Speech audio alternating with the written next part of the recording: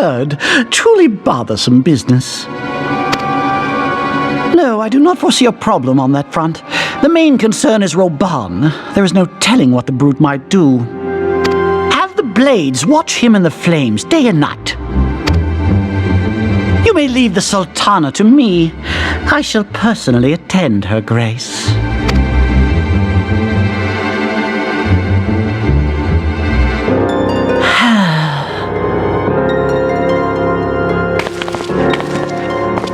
Sever one of the East Aldenard trade routes. That ought to keep Lolorito occupied for a while.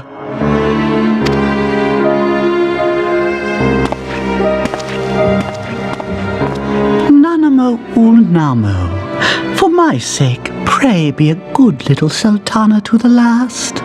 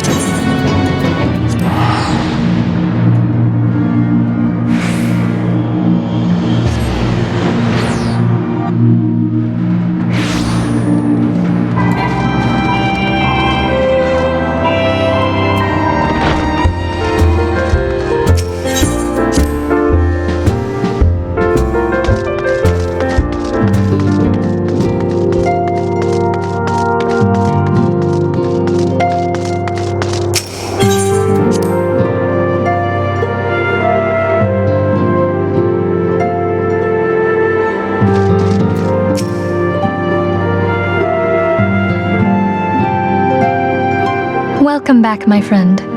I have already received word from Alfino. To think that Flame Marshal Huayu was the Garlean agent. I know not what to say. Together with Robon, Eline lent us much-needed aid at the time of our Order's founding.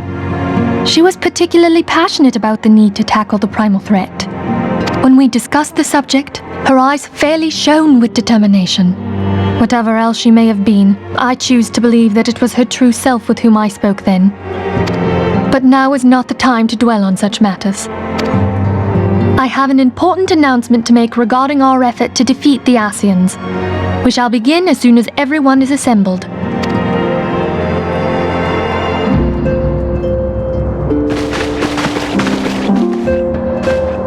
My thanks for coming, friends. Moonbreeder, the floor is yours.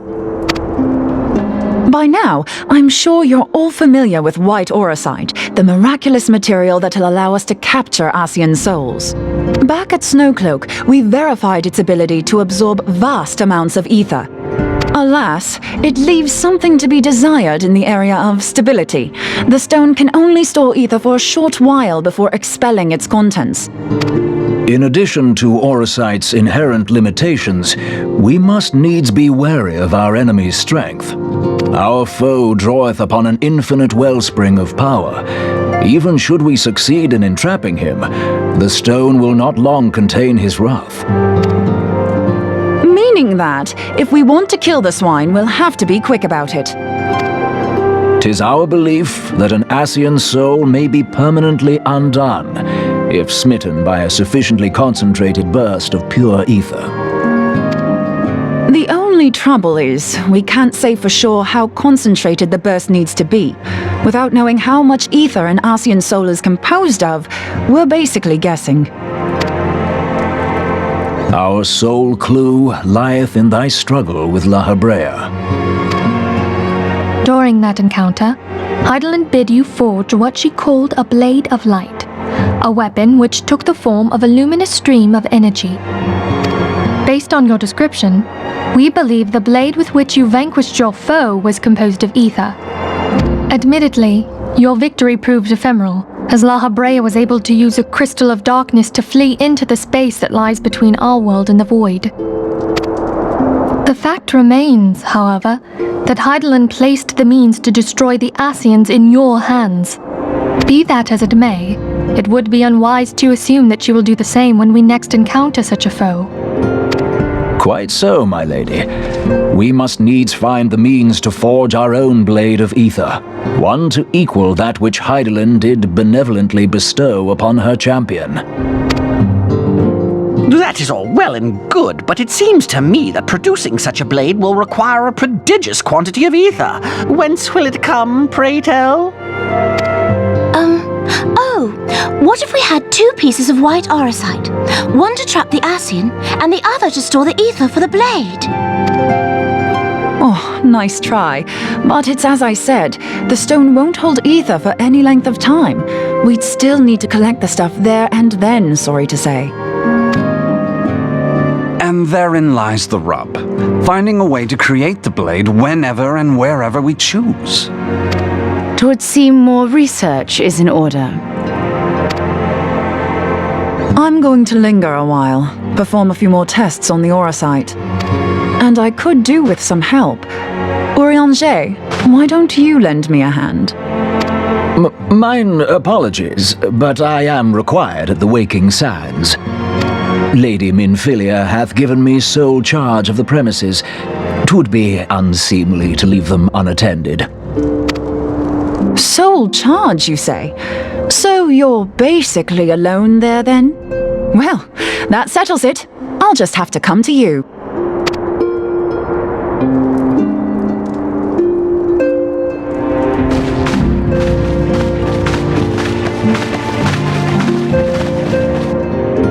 While you were afield, word arrived from the Sharlayan motherland. You will recall that a survey party was dispatched to investigate the incident at the Isle of Val. What they discovered was troubling, to say the least. According to the report, the isle has been erased from existence. 'Twas as if a hole had been torn in the very fabric of reality. Aye, yet the mystery endeth not with the isle's disappearance. It hath come to light that a number of scholars in various other locales were reported missing at a similar juncture. What's more, they all had something in common with the head of the students of Baldessian. Every last one of them was researching a phenomenon called dimensional compression, or the rejoining as the ancient texts call it. I'll be damned if that's a coincidence. All indications suggest Ascian involvement, but I sense that a force greater still is at work. The entity the dark beings call the one true God.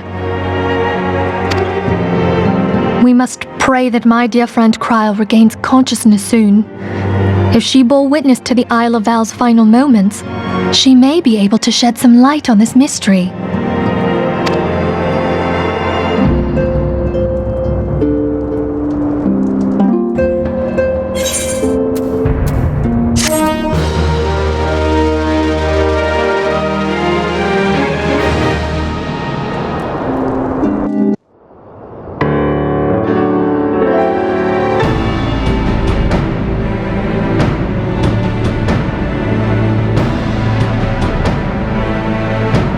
Following the calamity, the forces of the 14th Imperial Legion entrenched themselves in strategic locations across Eorzea. So swiftly did they accomplish this, it was suspected that they had received help. To think that it came from Huayu, my right hand. There is more. We have reason to believe that Huayu didn't deal exclusively with the 14th. She also answered to a higher authority in Garlemald. But this higher authority could not have been the Emperor. By consenting to the media project, Solus Zos Galvus showed himself to be more concerned about preventing the spread of primal influence than claiming Eorzea for the Empire. He would happily have seen the lot reduced to ash. We believe a number of high-ranking figures within the royal household were against the decision, but that they knew better than to oppose the Emperor openly. Of course, this didn't prevent them from making clandestine provisions, in which Huayu played a part. Alas, these provisions did not prevent Dalamud from falling, and the ensuing chaos changed the face of the realm forever. Yet Eorzea survived. To all intents and purposes, the Meteor Project had failed, and the Empire was left to rue its lack of a decisive means to eliminate the primals. Until, that is, it stumbled upon the Ultima weapon. Even before the accursed thing was dug up, it seemed to me the 14th had the might to overwhelm our weakened armies. Yet they chose to hide behind their walls. Why? The Black Wolf was wary of making the denizens of Eorzea desperate, lest more primals emerged to bleed the land. The discovery of the Ultima weapon, however, emboldened him to resume his war of conquest in earnest. But there was one in Garlemald who believed that Van Belsar's actions were premature. One who stood higher in the Imperial Army's chain of command. He ordered the Legatus to halt his advance, only to find that the Black Wolf had slipped its leash, and that the 14th now acted alone. In a bid to bring Van Belsar to heel, he used the agent he had planted in Ul'dah prior to the calamity to undermine the Legion's efforts. A man who outranks Van Belsar, yet opposed the late Emperor's decision to annihilate Eorzea.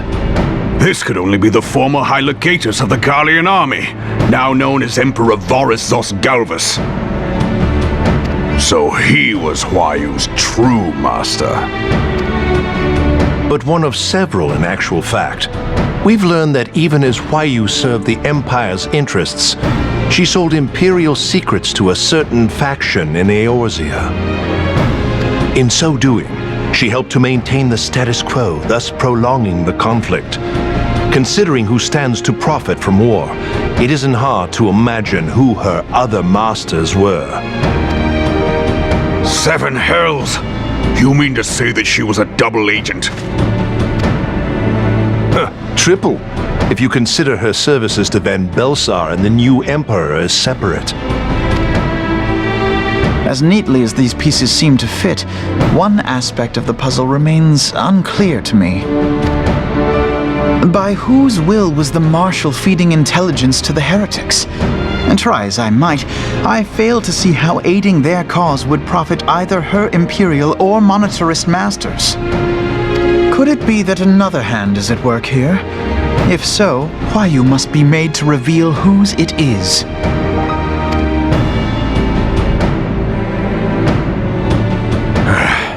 Not only have I lost a trusted friend, now I must interrogate her as a stranger. Not a pleasant task, I grant you, but a necessary one. Unless we weed out the ivy, root, stalk, and stem, it will simply grow back. I know that full well. Those closest to Huayu have already been detained, and I will question them alongside her. General, pray keep in mind that there may be unwitting abettors among them. All will be treated fairly. On that you have my word. Those who are innocent have no cause to fear. You have ever been a friend of truth, General. I hope the unpleasant task of weeding out falsehood will not detain you too long. Though it be for the sake of Eorzea, doubting one's comrades is poison to the soul. And with that, I take my leave.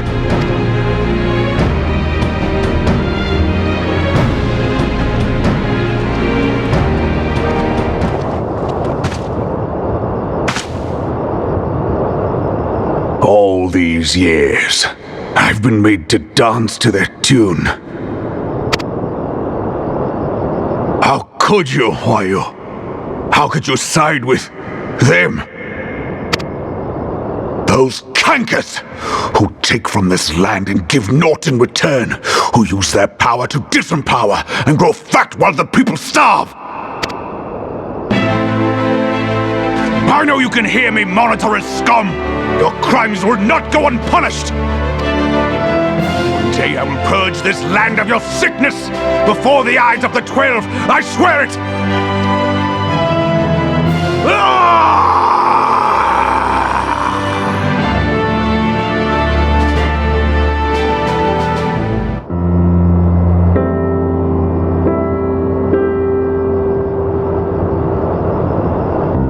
I shall have no further need of you this day.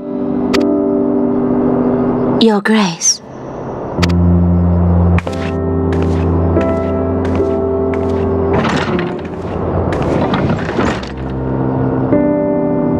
I fear that not even mine own chambers shall remain private for long. Has the situation grown so grim? Ever since he proposed the Cartona Reclamation Bill, Taleji Adeleji has risen to greater prominence upon the backs of impoverished refugees. The monetarists were ever united in their pursuit of profit, but the man's actions have torn a rift in their ranks. They snap at each other as rabid dogs. Yet now is not the time to be bickering among ourselves. If this bickering is a threat to law and order, might you not have grounds to dissolve the syndicate? Would that the solution were so simple, Admiral. Alas, my moving to dissolve the syndicate is certain to spark outrage among the influential merchant class, whom the Cabal represents. This would serve to exacerbate the current unrest, and peace would slip still further away. Be they rich or poor, natives or refugees, all who reside in Ul'dah have a right to pursue happiness. It is the duty of a ruler to protect this right. If I am to perform my duty, I must needs tread warily. It would not do to make enemies heedlessly. Were Lord Lolorito here, he would doubtless say that I have my head in the clouds. A ruler is required to take a wide view. Try as we might to cater to all needs, some will inevitably be overlooked. As such, there shall ever be citizens who feel aggrieved. It cannot be helped. But as you have informed us, the monetarists take no view but their own. They hunger for power while the masses starve. In the absence of a common cause, it seems beyond any one individual to make Ul'dah whole. And the presence of a Garlean agent within the immortal flames only makes matters worse. Even accounting for Ul'dah's historic reliance upon mercenaries, such a grievous breach of security is unprecedented. I fear this business will provide the monetarists with a rod to beat Rauban. Eorzea can ill afford for the immortal flames to be dampened now. Ere long, the Garleans will turn their ravenous gaze toward our lands once more. If we are to resist their might, our nations must stand together. Yet for this to happen, our nations must be whole. Cannot be done to improve the situation in Ul'dah.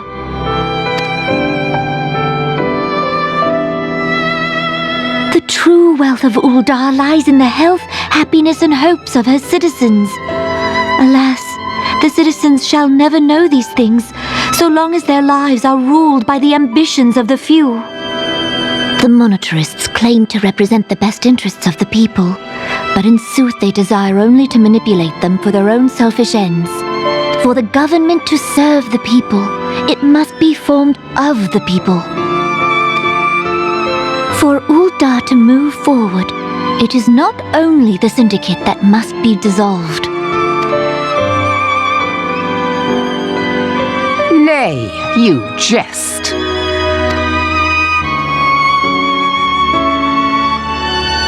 My friends, it was for no other reason than to make known to you mine intent that I requested your presence here. When I make my declaration to the people, chaos shall inevitably ensue. As the last monarch in the line of Ul, I make unto you this request.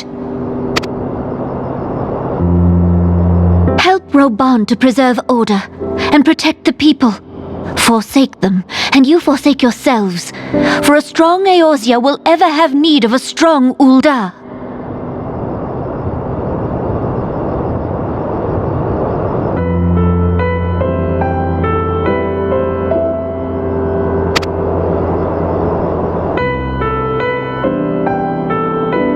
Your Grace, are you certain of this? There is no other way. When the time is ripe, the nation shall become a true republic. Both royalists and monetarists shall cease to be. Ul'dah will no longer belong to kings or queens or merchant princes, but to her people.